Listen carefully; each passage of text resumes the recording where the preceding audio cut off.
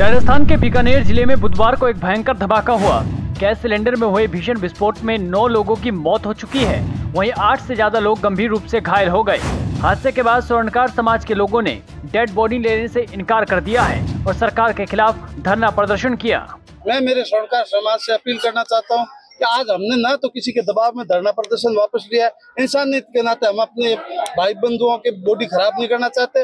आज हम कर रहे हैं, फिर सर्व समाज की मीटिंग करके आगे भी धरना प्रदर्शन कर सकते हैं अगर इनको लाभ मिलता है तो।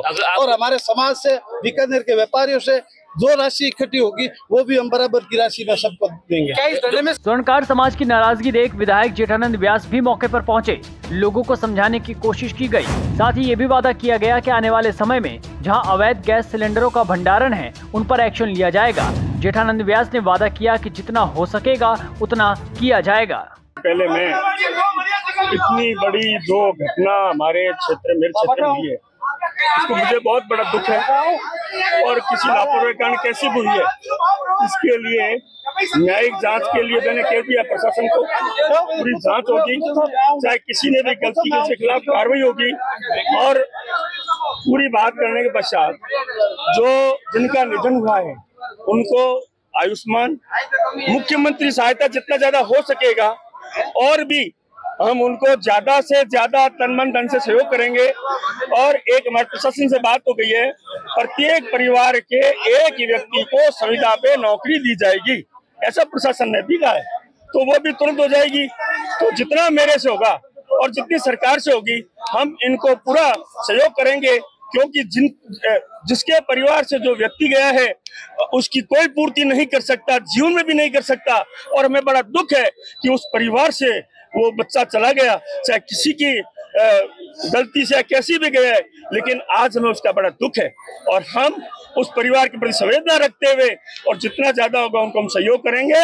यही मेरा और पूरी समाज और पूरी जनता से मेरा निवेदन है कि सब उनके प्रति संवेदना प्रकट करें और हम सब उनके साथ रहें। जेठानंद जी, अब आपको दुख ना हो, ऐसे हादसे और ना हो, इसके लिए क्या करो? क्योंकि रुको एक अवैध बिल्डिंग ऐसी बहुत है, अगर चिन्हित करे तो, और जिसकी ये बिल्डिंग है उसके खिलाफ आप क्या एक्शन करवाएंगे या फिर लीपापोती ही होगी? नहीं, इसके लिए मैंने कलेक्टर को भी कह दिया है, निगम के भी कमिश्नर को कह दिया है कि अति शीघ्र जो वहाँ बिल्डिंगें हैं उन सब की जांच की जाए और जो अवैध रूप से ऐसे बने हुए हैं उनको सीज किया जाए, उनके खिलाफ कार्रवाई की जाए। इस प्रकार मैंने स्पष्ट कहा और प्रशासन ने मुझे आश्वासन दिया है अति शीघ्र ये काम शुरू करना है। 1 साल पहले एक शिकायत की गई थी, शिकायत पर कोई कार्रवाई नहीं की गई, उसकी जांच के लिए भी कह दिया है मैंने। कल साहब ने कहा है कि वो जुलाई 24 में ऐसा बता रहे हैं कि हुई थी शिकायत, और जिस व्यक्ति ने शिकायत की थी उसका भतीजा भी वहाँ, उसकी भी डेथ हुई है वहाँ, उसके भतीजे की भी।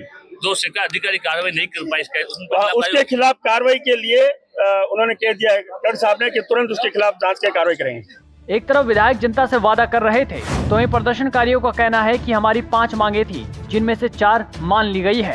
वहीं विधायक और सीएम के बीच भी लगातार बात जारी है।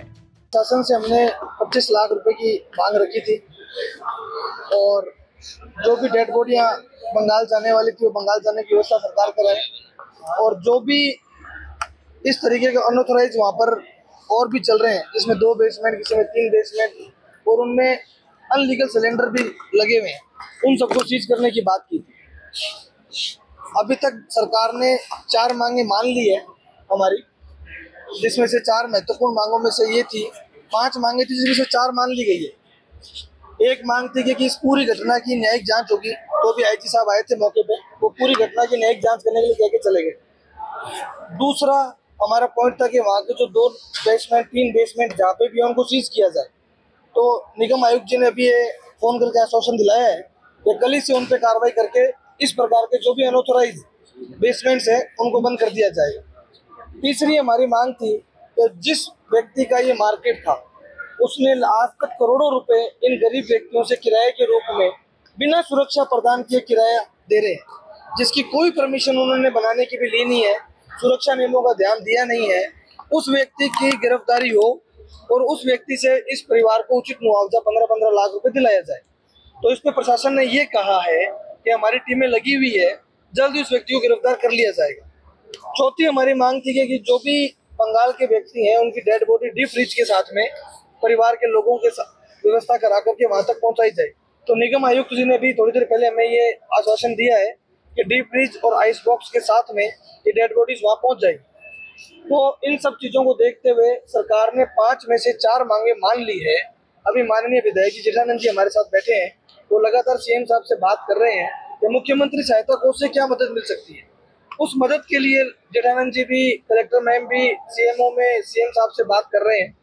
क्योंकि सीएम साहब एक महत्वपूर्ण मीटिंग में, उसके निकलते हुए उनसे बात हो जाएगी। माननीय अर्जुन राम जी ने भी अभी बात की थी, वो भी सीएम साहब से इनके लिए बात कर रहे हैं।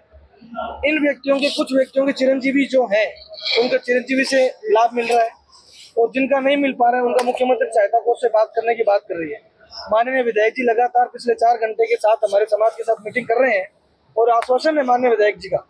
विधायक जी ने तो इतनी बड़ी बात कह दी कि मैं मेरी तनख्वाह में से 50,000 रुपये प्रत्येक परिवार को देने के लिए तैयार हूँ, जिसके लिए हम सब समाज के लोगों का विधायक जी के लिए बहुत बहुत आभार है। अब विधायक जी जैसे मुख्यमंत्री जी से बातचीत कर लेंगे, उसके बाद ही इस मामले का निष्कासन होगा। प्रशासन का फेलियर मानते